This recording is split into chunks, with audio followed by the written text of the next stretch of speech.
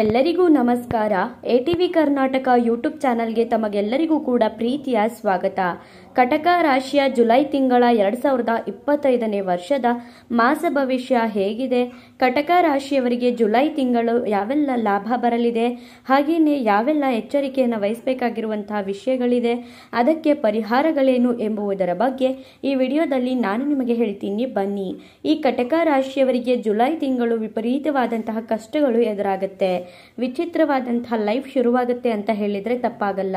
ಹಾಗಾದ್ರೆ ಅದಕ್ಕೆ ಪರಿಹಾರಗಳೇನು ಎಂಬುದರ ಬಗ್ಗೆ ಈ ವಿಡಿಯೋನ ಸ್ಕಿಪ್ ಮಾಡದೆ ಕೊನೆವರೆಗೂ ನೋಡಿ. ಆಗ ಮಾತ್ರ ಸಂಪೂರ್ಣವಾದಂತಹ ಮಾಹಿತಿ ಅನ್ನೋದು ಈ ರಾಶಿಯವರಿಗೆ ಬಂದು ಸೇರುತ್ತೆ. ಅದಕ್ಕೂ ಮುನ್ನ ನೀವೇನಾದರೂ ವಿಷ್ಣುವಿನ ಭಕ್ತರಾಗಿದ್ದಲ್ಲಿ, ದೇವರು ಮತ್ತು ಜ್ಯೋತಿಷ್ಯ ಶಾಸ್ತ್ರವನ್ನು ನಂಬುವುದಾದರೆ ಈ ವಿಡಿಯೋಗೆ ಈಗಲೇ ಒಂದು ಲೈಕ್ ಕೊಡಿ ಮತ್ತು ತಪ್ಪದೇ ನಮ್ಮ ಎಟಿವಿ ಕರ್ನಾಟಕ ಯೂಟ್ಯೂಬ್ ಚಾನಲನ್ನು ಸಬ್ಸ್ಕ್ರೈಬ್ ಮಾಡ್ಕೊಳ್ಳಿ. ಹಾಗೆ ಈ ವಿಡಿಯೋನ ಎಲ್ಲ ಕಟಕ ರಾಶಿಯವರಿಗೂ ಕೂಡ ಶೇರ್ ಮಾಡಿ. ಕಟಕ ರಾಶಿಯ ಜುಲೈ ತಿಂಗಳ 2025ನೇ ವರ್ಷದ ಶುಭ ಫಲಗಳ ಬಗ್ಗೆ ಮೊದಲಿಗೆ ಚರ್ಚೆ ಮಾಡೋಣ. ಆನಂತರ ಎಚ್ಚರಿಕೆಯನ್ನು ವಹಿಸಬೇಕಾಗಿರುವಂತಹ ವಿಷಯಗಳ ಬಗ್ಗೆ ನೋಡೋಣ. ಮೊದಲಿಗೆ ಶುಭ ಫಲಗಳಲ್ಲಿ ಈ ತಿಂಗಳು ಕಟಕ ರಾಶಿಯವರಿಗೆ ಶುಕ್ರನಿಂದ ಮಾತ್ರ ಯೋಗ ಅನ್ನೋದು ಇರುತ್ತೆ. ಕಟಕ ರಾಶಿಯವರಿಗೆ ಶುಕ್ರ ಮಾತ್ರ ಈ ತಿಂಗಳಲ್ಲಿ ಲಾಭ ಅನ್ನೋದನ್ನ, ಯೋಗ ಅನ್ನೋದನ್ನ ತಂದುಕೊಡ್ತಾರೆ. ಇನ್ನು ಮಿಕ್ಕಂತಹ ಎಲ್ಲ ಗ್ರಹಗಳು ಕೂಡ ಕಟಕ ರಾಶಿಯವರಿಗೆ ನೀಚನಾಗಿದ್ದಾರೆ. ಹಾಗಾಗಿ ಶುಕ್ರ ಈ ತಿಂಗಳಲ್ಲಿ ನಿಮ್ಮನ್ನ ಕಾಪಾಡ್ತಾನೆ ಅಂತಾನೆ ಹೇಳ್ಬೋದು.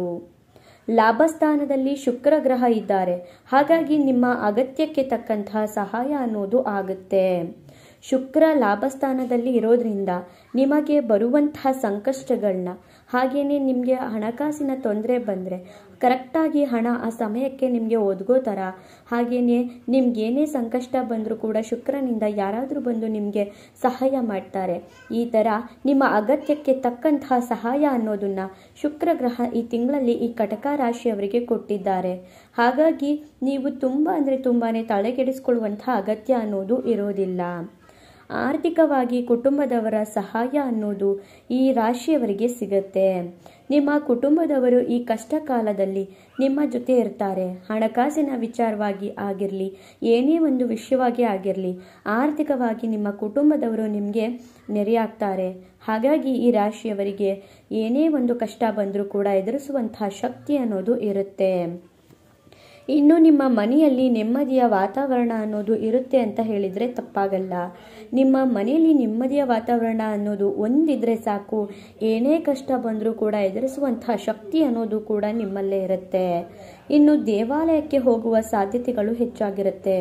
ನೀವೇನಾದರೂ ಪುಣ್ಯ ಕ್ಷೇತ್ರಗಳಿಗೆ ಹೋಗಬೇಕು ಅಂತ ಏನಾದರೂ ಅಂದ್ಕೊಂಡಿದ್ರೆ ಈ ತಿಂಗಳಲ್ಲಿ ನೀವು ಖಂಡಿತವಾಗಿಯೂ ಕೂಡ ಪುಣ್ಯಕ್ಷೇತ್ರಗಳನ್ನ ನೀವು ಮಿಸ್ ಮಾಡದೆ ವಿಸಿಟ್ ಮಾಡೇ ಮಾಡ್ತೀರಾ. ಇದರಿಂದ ನಿಮ್ಮಲ್ಲಿರುವಂತಹ ಕಷ್ಟ ಅನ್ನೋದು ಕಡಿಮೆ ಆಗ್ತಾ ಬರುತ್ತೆ. ಇನ್ನು ಈ ರಾಶಿಯವರಿಗೆ ತುಂಬಾ ತೊಂದರೆ ಇದ್ರೂ ಕೂಡ ಶುಕ್ರನಿಂದ ಎಲ್ಲವೂ ಕೂಡ ನಿಧಾನವಾಗಿ ಸುಧಾರಿಸ್ತಾ ಹೋಗುತ್ತೆ. ಹೇಳಲಿಲ್ವಾ, ನಿಮಗೆ ಈ ತಿಂಗಳಲ್ಲಿ ಎಷ್ಟೇ ಕಷ್ಟ ಬಂದರೂ ಕೂಡ ಶುಕ್ರ ಒಬ್ರು ನಿಮ್ಮ ಜೊತೆ ಇದ್ದಾರೆ. ಹಾಗಾಗಿ ಆ ಕಷ್ಟಗಳೆಲ್ಲ ಅಲ್ಲಲ್ಲೇ ಸರಿ ಹೋಗ್ಬಿಡ್ಬೇಕು. ಆ ರೀತಿಯಾಗಿ ನಿಮ್ಮ ಜೀವನ ಸುಧಾರಣೆಯನ್ನು ಈ ತಿಂಗಳಲ್ಲಿ, ಜುಲೈ ತಿಂಗಳಲ್ಲಿ ಕಟಕ ರಾಶಿಯವರಿಗೆ ಕಾಡುತ್ತೆ ಅಂತಾನೆ ಹೇಳ್ಬೋದು. ಇನ್ನು ಇಷ್ಟೆಲ್ಲ ಶುಭ ಫಲಗಳನ್ನ ನೋಡಿದ್ರಿ. ಇನ್ನು ಎಚ್ಚರಿಕೆಯನ್ನು ವಹಿಸಬೇಕಾಗಿರುವಂತಹ ವಿಷಯಗಳೇನೇನು ಅಂತ ನೋಡೋದಾದರೆ ಈ ರಾಶಿಯವರಿಗೆ ರವಿ ಬುಧನಿಂದ ಮಾತಿನಲ್ಲಿ ಹಿಡಿತ ಅನ್ನೋದು ಇರಬೇಕಾಗತ್ತೆ. ಇನ್ನು ಅವಮಾನಕ್ಕೂ ಕೂಡ ಈಡಾಗಬಹುದು. ರವಿ ಮತ್ತು ಬುಧ ಗ್ರಹ ನೀಚನಾಗಿರೋದ್ರಿಂದ ನಿಮ್ಮ ಮಾತಿನಲ್ಲಿ ನಿಮಗೆ ಹಿಡಿತ ಅನ್ನೋದು ಇರಬೇಕು. ನಿಮ್ಮ ಮಾತಿನ ಮೇಲೆ ನೀವು ಎಷ್ಟು ನಿಗಾ ಇಟ್ಕೊಂಡಿರ್ತೀರಾ ಅನ್ನೋದು ತುಂಬಾ ಮುಖ್ಯವಾಗುತ್ತೆ. ನೀವು ಕೋಪದಲ್ಲಿ ನೀವು ನಿಮ್ಮೊಬ್ರಿಗೆ ಕೋಪ ಇರೋದು ಅಂತ ಅಂದ್ಕೊಂಡು ಜಗಳದಲ್ಲಿ ಮಾತಾಡಬೇಕಾದ್ರೆ ಏನೇ ಒಂದು ಮಾತಾಡ್ಬಿಟ್ರು ಕೂಡ ಅದು ಲೈಫ್ ಟೈಮ್ ನಿಮ್ಮಲ್ಲೇ ಉಳ್ಕೊಳ್ಳುತ್ತೆ. ಇದರಿಂದ ನಿಮಗೆ ಸಾಕಷ್ಟು ತೊಂದರೆ ಅನ್ನೋದನ್ನ ನೀವು ಎದುರಿಸ್ಬೇಕಾಗತ್ತೆ. ಹಾಗೆಯೇ ಅವಮಾನಕ್ಕೂ ಕೂಡ ಈಡಾಗಬಹುದು. ಹಾಗಾಗಿ ನೀವು ಎಷ್ಟು ಶ್ರದ್ಧೆ ಭಕ್ತಿಯಿಂದ ಇರ್ತೀರೋ, ಎಷ್ಟು ಡಿಸಿಪ್ಲಿನ್ ಆಗಿರ್ತೀರೋ, ಎಷ್ಟು ಇತಿಮಿತಿಯಾಗಿ ಮಾತಾಡ್ತೀರೋ ಅಷ್ಟು ಈ ತಿಂಗಳಲ್ಲಿ ಮುಖ್ಯವಾಗಿರುತ್ತೆ. ಮಾತಿನಲ್ಲಂತೂ ಈ ತಿಂಗಳಲ್ಲಿ ತುಂಬಾ ನಿಗಾವಹಿಸಿ ಅಂತ ಹೇಳ್ತಿದ್ದಾರೆ. ಹಾಗಾಗಿ ಮಾತಿನಲ್ಲಿ ನೀವು ಎಚ್ಚರಿಕೆಯನ್ನು ವಹಿಸಬೇಕಾಗತ್ತೆ. ಇನ್ನು ಮೌನವಾಗಿರೋದು ಬಹಳಾನೇ ಮುಖ್ಯ ಅಂತಾನೆ ಹೇಳ್ಬೋದು. ನೀವು ಈ ತಿಂಗಳಲ್ಲಿ ಎಷ್ಟು ಮೌನವಾಗಿರ್ತೀರೋ ಅಷ್ಟು ನಿಮಗೆ ಮುಖ್ಯವಾಗಿರುತ್ತೆ. ಜಗಳ ಅಂದರೆ ದಯವಿಟ್ಟು ಹೋಗಬೇಡಿ. ಹಾಗೆಯೇ ಮೂರನೇ ವ್ಯಕ್ತಿಗಳ ಮಧ್ಯೆ ನೀವು ಹೋಗಬೇಡಿ. ಯಾಕಂದರೆ ನಿಮ್ಮನ್ನೇ ಮೂರನೇ ವ್ಯಕ್ತಿಗಳ ಥರ ಸಿಲುಕಿಸ್ಬಿಟ್ಟು ನಿಮಗೆ ಅವಮಾನ ಮಾಡಿ ಕಳಿಸ್ತಾರೆ, ಎಚ್ಚರ. ಇನ್ನು ಕೇತು ಮತ್ತು ಕುಜನಿಂದ ತುಂಬ ಅಂದರೆ ತುಂಬ ಖರ್ಚುಗಳು ಹೆಚ್ಚಾಗುತ್ತೆ. ಕೇತು ಗ್ರಹ ಮತ್ತು ಕುಜ ಗ್ರಹ ಇಬ್ಬರೂ ಕೂಡ ನೀಚನಾಗಿರೋದ್ರಿಂದ ವಿಪರೀತವಾದಂತಹ ಖರ್ಚುಗಳು ನಿಮ್ಮ ತಲೆ ಮೇಲೆ ಬರುತ್ತೆ. ತುಂಬ ಅಂದರೆ ತುಂಬಾ ಖರ್ಚು ಅನ್ನೋದು ಈ ತಿಂಗಳಲ್ಲಿ ಬರುತ್ತೆ. ಸಾಕಷ್ಟು ಹಣ ಅನ್ನೋದು ವ್ಯಯವಾಗುತ್ತೆ. ಸಾಕಷ್ಟು ಹಣ ಅನ್ನೋದು ನಿಮ್ಮ ರಾಶಿಯಲ್ಲಿ ಕೇತು ಮತ್ತು ಕುಜನಿಂದ ವ್ಯಯವಾಗುತ್ತೆ. ಹಣದ ಬಗ್ಗೆ ನೀವು ಗಮನ ವಹಿಸಲೇಬೇಕು.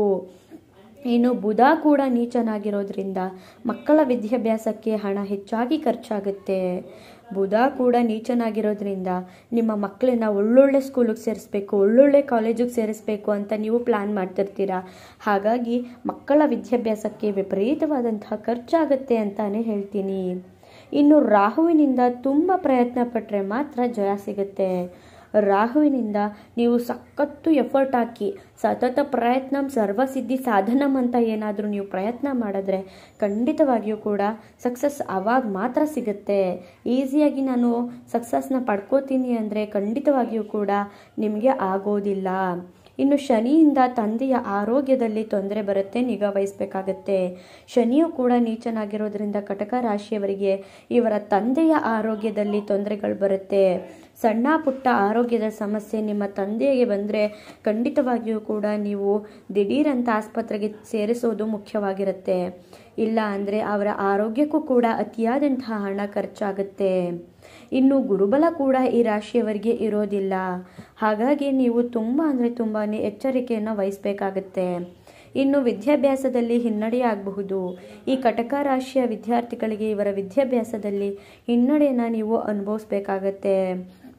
ಇನ್ನು ತುಂಬ ಅಂದರೆ ತುಂಬಾ ಸಮಸ್ಯೆಗಳು ಈ ತಿಂಗಳಲ್ಲಿ ಬರಬಹುದು. ನೀವು ಎಚ್ಚರಿಕೆಯನ್ನು ವಹಿಸತಕ್ಕದ್ದು. ಇನ್ನು ಕಟಕ ರಾಶಿಯವರು ಕಪ್ಪು ಬಣ್ಣ ಯಾವುದೇ ಕಾರಣಕ್ಕೂ ಈ ತಿಂಗಳಲ್ಲಿ ಬಳಸಬೇಡಿ. ಇದರಿಂದಲೂ ಕೂಡ ನಿಮಗೆ ನಷ್ಟ ಅನ್ನೋದು ಆಗುತ್ತೆ.